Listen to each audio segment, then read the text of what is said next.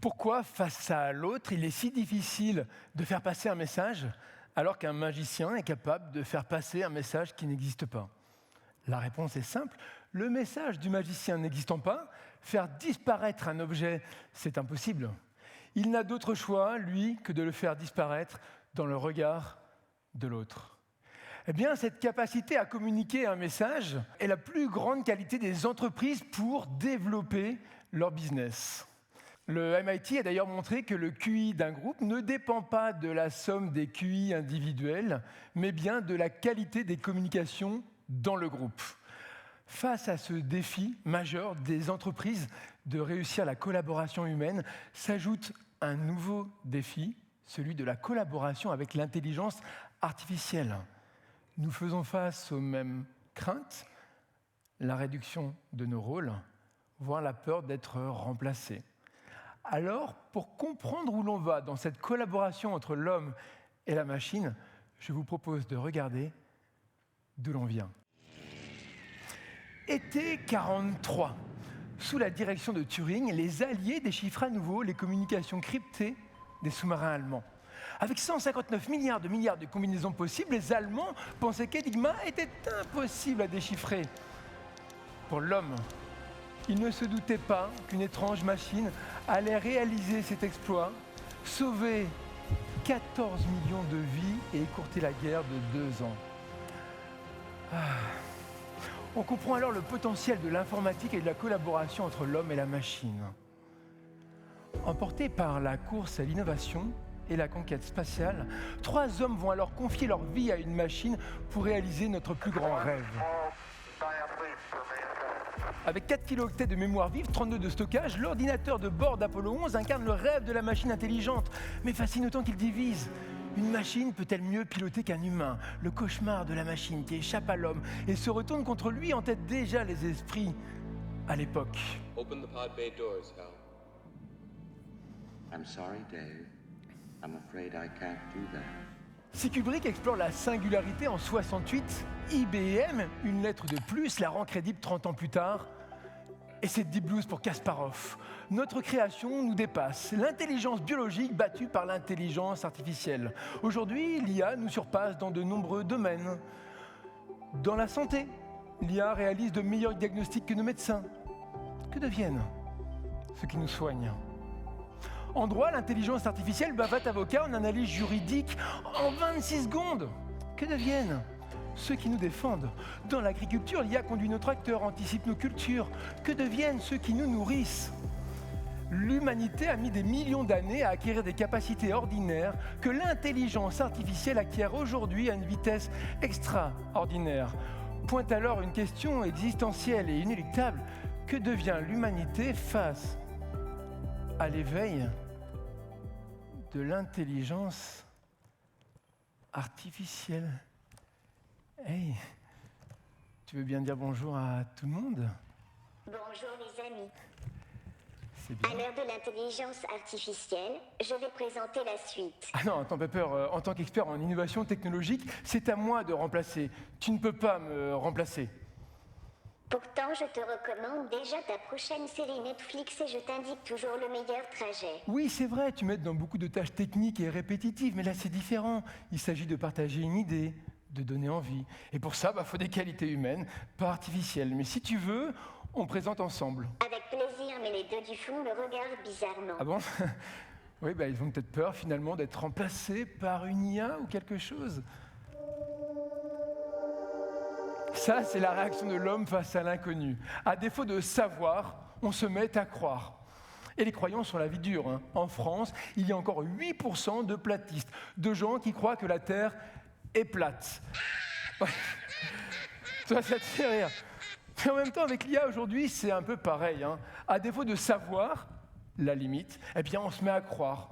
Et dans notre croyance, on réveille à la fois notre plus vieux fantasme, créer la vie. Bonjour, je suis Soprano. Relation humaine, c'est bon. Qu'y a-t-il sur votre service? Mais également notre plus grande peur, précipiter notre fin. Ça frappe, excusez-moi.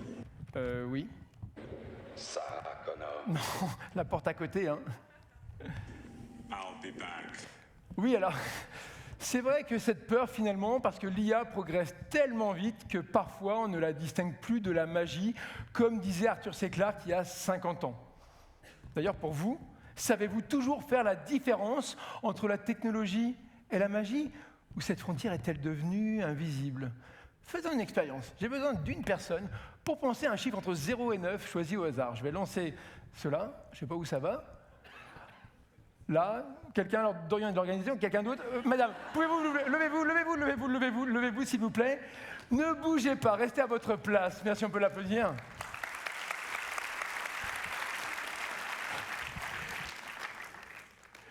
S'il vous plaît, pensez à un chiffre entre 0 et 9 sans le dire.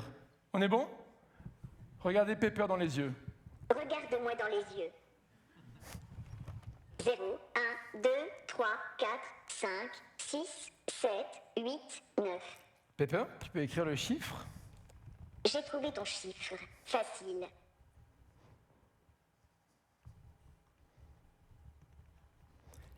Quel était le chiffre que vous aviez en tête? J'avais immédiatement pensé à un chiffre, et c'était le 4. Alors souvent, les gens disent 7. Vous avez dit 4 et c'est un 4. Bravo. Alors, question pour vous. Technologie ou magie? Vous avez sans doute un avis, mais en êtes-vous sûr? Est-ce que vous le savez ou est-ce que vous le croyez?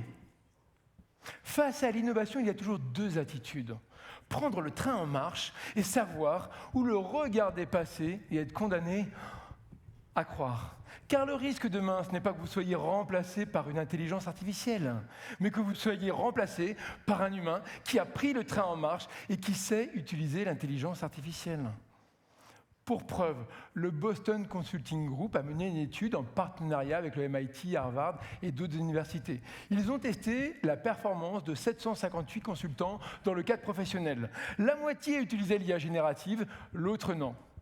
Les consultants qui ont utilisé l'IA générative ont accompli 12% de tâches en plus, ont travaillé 25% plus vite et ont produit 40% de meilleure qualité. Impressionnant, non ? Mais, parce qu'il y a un mais, ces mêmes consultants qui ont utilisé l'IA générative face au groupe sans IA ont été moins performants de 23% pour la résolution de problèmes complexes et moins performants de 41% pour la réalisation de tâches créatives. Comment l'expliquer? Eh bien, si la réponse devient une commodité avec l'IA générative, qu'attend-on de notre intelligence biologique? Continuer à proposer des solutions ou poser les bonnes questions? Poser les bonnes questions, car il n'y a rien de pire qu'une bonne réponse à une mauvaise question. Et avec l'IA générative, on peut enfin augmenter la vélocité des questions. La vélocité et la variété, mais également leur nouveauté. La bonne collaboration entre l'intelligence artificielle et l'intelligence biologique n'est pas qu'affaire de bonne maîtrise de l'outil, mais de son bon usage, impliquant plus d'esprit critique de la part de notre intelligence biologique.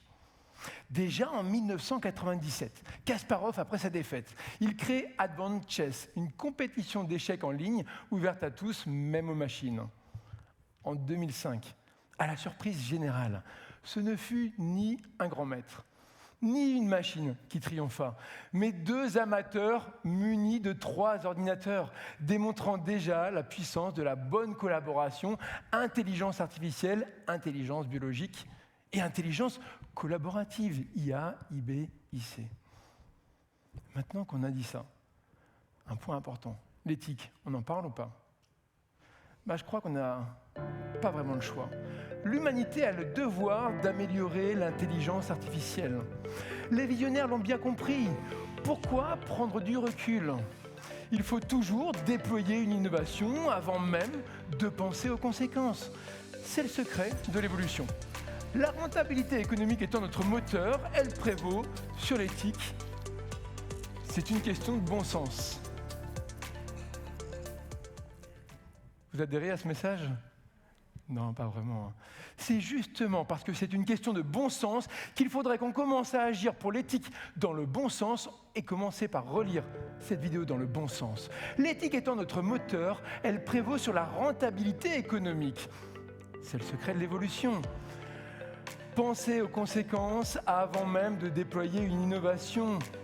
Il faut toujours prendre du recul. Pourquoi ?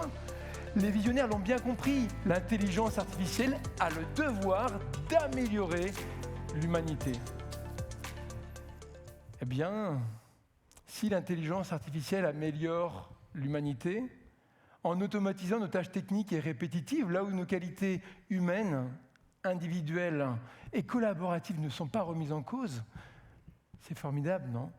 Regardons également la première vidéo dans le bon sens. Cet agriculteur ne recherchait pas un emploi. Grâce à l'IA, il étudie les données climatiques en temps réel pour adapter sa production et passera plus de temps sur sa valeur à lui, échangée avec le tissu local. Cette avocate ne range pas sa robe au placard. Grâce à l'IA, elle a pu simuler sa plaidoirie et défendra les intérêts de son client avec conviction et éloquence.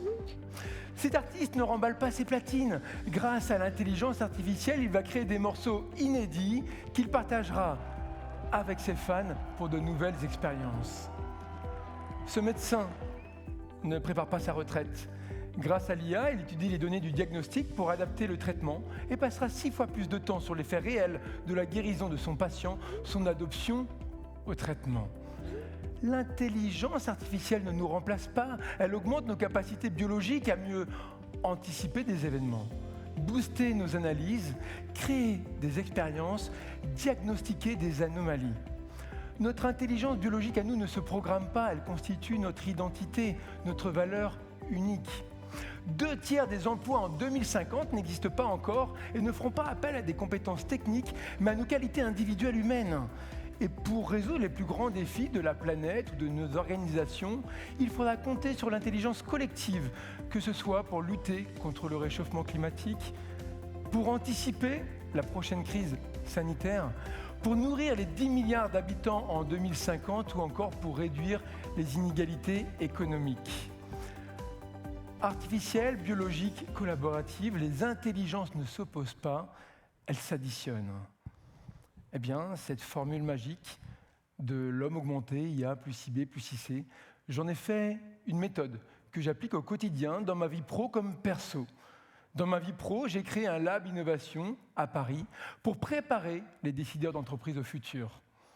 Dans ma vie perso, j'ai importé la formule à la maison pour préparer mes enfants au futur.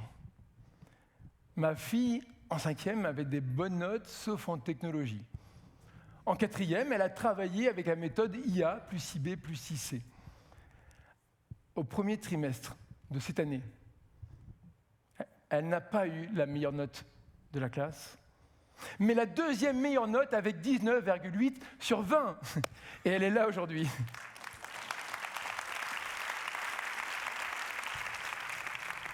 Alors, si j'avais une idée simple à partager avec vous, c'est ne restez pas à quai.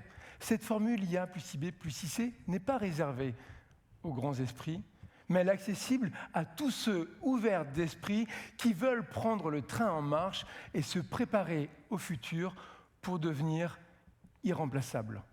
Je vous remercie.